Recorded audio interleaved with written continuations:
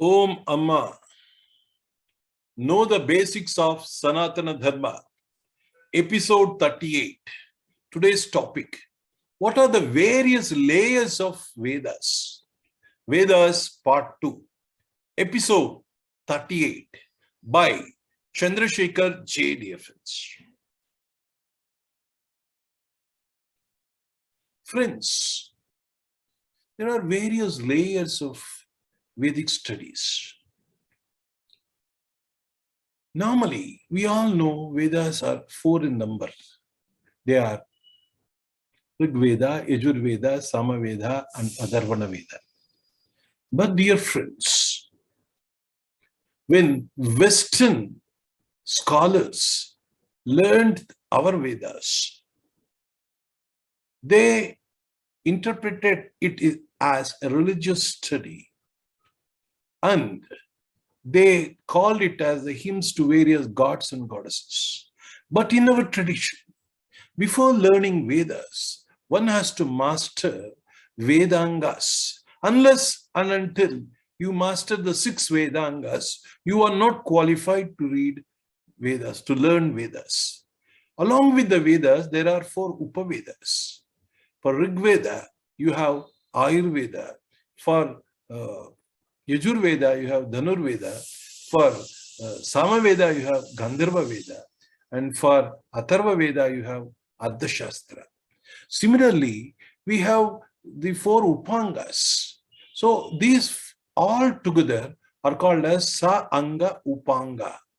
Though we have 4 Vedas, 4 Upavedas, 6 Vedangas and 4 Upangas are coming 18 in number. But normally we call them as Chaturdasa Vidyas, that is 14 studies. So it is a combined package of 14 branches of learning. So dear friends, why I am saying there are 18, but why we are calling it as 14 here?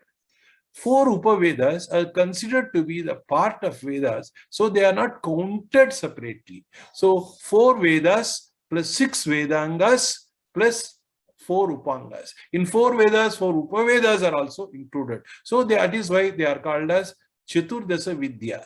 So it is called as Sangopanga. This is the word that is used.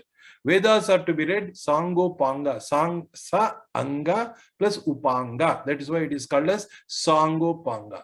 Dear friends, we will be dealing with all these branches, all these layers, all these divisions of learning. We'll be dealing in the coming slides, dear friends.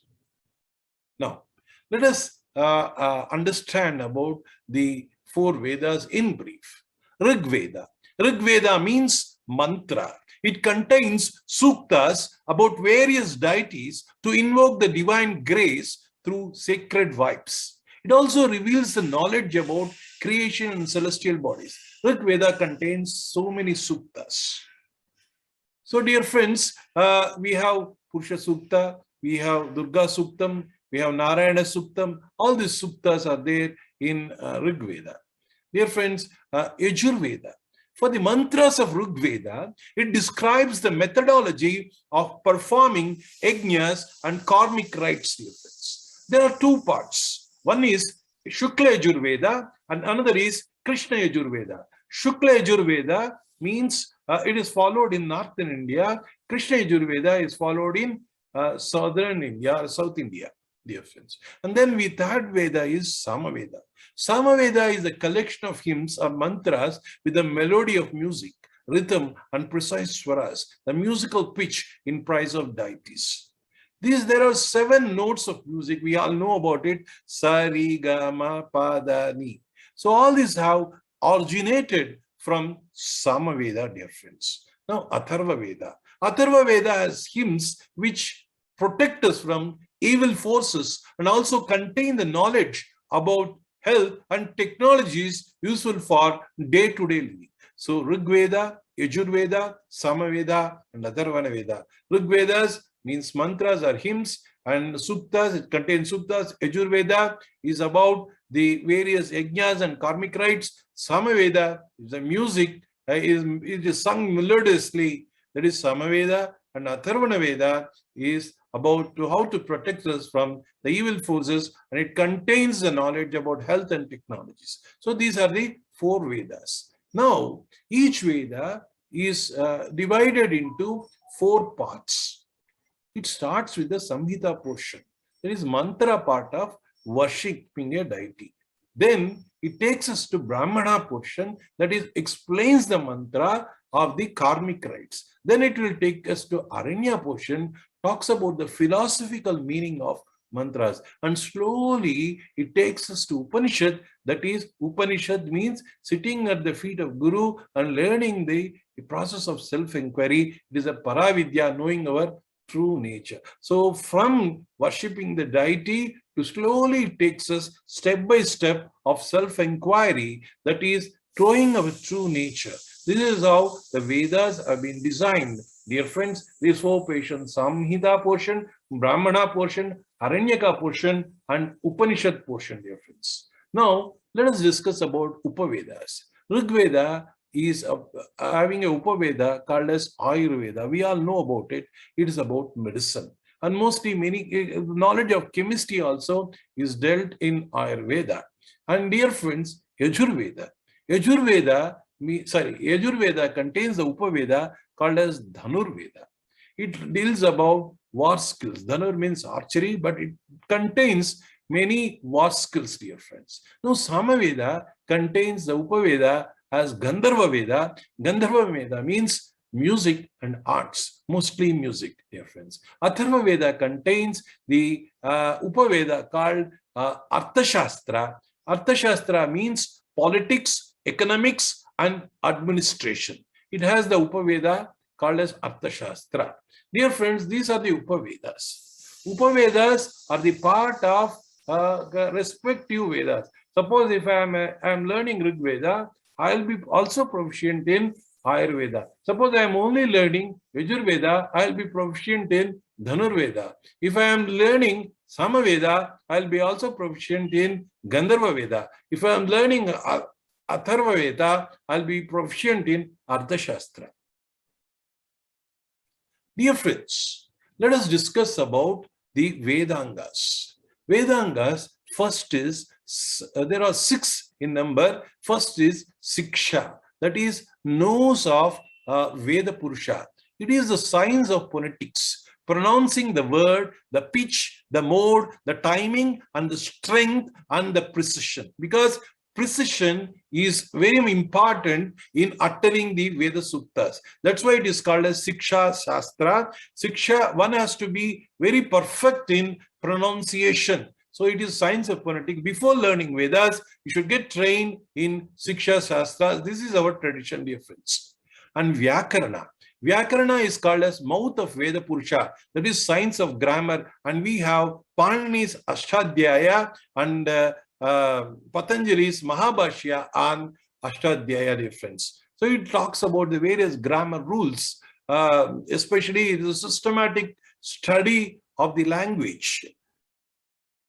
And Chandas, it is like the feet of Veda Purusha. It is a prosody or meter, the precise number of letters each hymn should have. Normally, we have 4 padas, but in Gayatri, we have only 3 padas. Pingala Chanda Shastra is one of the famous Chanda Shastra, dear friends. Now we have Niruktam. It is like the ear of Veda Purusha. It is etymology of Vedic words. Vedic meanings differ from ordinary usage. Yaska has written a Niruktam, which is very famous, dear friends. Normally, Vedic verse has 3 meanings. One meaning is the contextual meaning. The second meaning is called as cryptic meaning, the Rahasya. And third meaning is philosophical meaning, the Tattvam. So these 3 meanings are to be understood. Niruktam gives us all these things, dear friends. Now we have Jyotishya.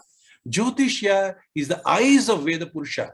It contains mathematics and astronomy. Jyoti means light. It is a science of light. Our ancestors have used this science of knowledge, science and knowledge to really understand the celestial movements, and they have correlated with the behavior of the human beings, and astrology has also evolved along with astronomy, dear friends.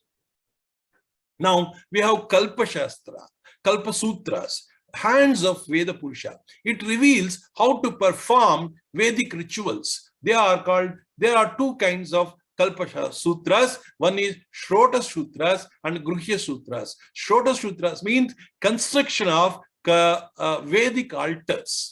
From here, Vastu Shastra has also evolved, dear friends, and Gruhya Sutras is a purification samskaras. Normally, as a part of Shrotra Sutras, we have Sulba Sutras. There are Bodhayana Sulba Sutras. It all talks about mathematics, geometry especially, and trigonometry. How big should be the Vedic altar, how it should be designed, all these things with precision that has been calculated and given to us. The science of trigonometry and mathematics have evolved from this. Even in Bodhayana Sulba Sutras, we have the exact replication of Pythagoras theorem, so-called Pythagoras theorem. Ages before Pythagoras has come out with this theorem, it is there in Bodhayana Sulba Sutras, dear friends. Now let us go to Upangas. There are 4 Upangas. One is Mimamsha, the second one is Nyaya, the third one is Puranas, and fourth one is Dharma Shastras. In Mimamsa, there are 2 parts of Mimamsa.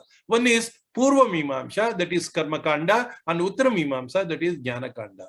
Purva Mimamsa means it talks about the various Vedic rites, yajnas, and all these things. And Germany has written the Mimamsa Shastra for this Purva Mimamsa. Uttara Mimamsa, we have Jnana Kanda. All the Upanishads deal about the Uttara Mimamsa. It is mostly the self-inquiry, dear friends. Nyaya means there are logical reasoning. For Nyaya, it is there are various kinds of steps involved. So it thoroughly examines every aspect of it. Gautama has systematically written the steps in our reasoning or accepting anything before we come out with a sutra. So this is Gautama Nyaya Shastra, talks about this logic, dear friends. And now rational questioning happens in Nyaya Shastra. Visheshika Darshana is about anus and padarthas. It's almost like physics, but Vaisheshika Darshana is written by Sage Kannada, and it talks about anus and padarthas, dear friends. Now Puranas. When we come to Puranas, Vyasa has written 18 Puranas based on the life incidences of various sages, various kings, and other people. It contains geography and history. Apart from this, most important thing is the Dharma. So it is not just about the history of a person in a secular way, but it is about the Dharma. So Vedas, it takes the clues from Vedas and it imparts the Vedic knowledge along with the life incidents or life episodes of kings, commoners, bhaktas, and sages, dear friends. And now we have 2 itihasas. That is Ramayana and Mahabharatas. They are not the part of 18 Puranas, but they are called as Itihasa because they are the core of our culture. Both these 2 epics, Ramayana and Mahabharata, are the Itihasa means as happened. Has happened means normally people say it is history. And what is the difference between the Puranas and Puranas are not of just came out of imagination, but they are also the life incidents. But here, Itihasas happened of the recent past, say some, say now the scholars are giving it an age of, for both Ramayana and Mahabharata. Ramayana is earlier, so they are giving some 10,000 years. Some people are giving that way. So Dharma Shastras. Dharma Shastras is the human behavior and duties and righteousness. We have Gautama Smriti, Manusmriti, Yajnavalkya Smriti. These are the Upangas, dear friends. Now, dear friends, we have 2 divisions. One is Paravidya and is Aparavidya. Paravidya means the highest knowledge. Aparavidya means secular knowledge or the material knowledge. Means all these things, even Vedic portions of Samhitas, Brahmanas, Aranyas are considered to be the Aparavidya. Means it is a step-by-step process. Upangas, Vedangas, Upavedas, and all these things are considered to be Paravidya. So these, Krishna says in Bhagavad Gita that Traigunyo Vishyo Veda, Nistraigunyo Bhavarjuna. In the fourth part of Vedas, that is Upanishad or Vedanta, especially Brahma Sutras, all these things are Paravidya, which provokes you, or which motivates you, which moves you to know who you are. Who am I? That question comes. So finally, you will reach a state where I myself, the God, and the creation are one. And we finally think that there is no difference between me and the whole creation. That state of Brahman, that knowing is that Jnani. So that it will take us to that Paravidya, dear friends. So first, we have to learn Aparavidya, and slowly it gradually takes us to the Paravidya. Without learning Aparavidya, we cannot learn the Paravidya, dear friend. So Paravidya is for the evolution. Aparavidya is for the living. So dear friends, so this is how it is designed by our Rishis. The next episode, we will discuss on attacks on Vedas and human well-being. Om Lokaha Samastaha Sukhino Bhavantu. Om Shanti Shanti Shantihi. Om Shri Gurubhyo Namaha. Harihi.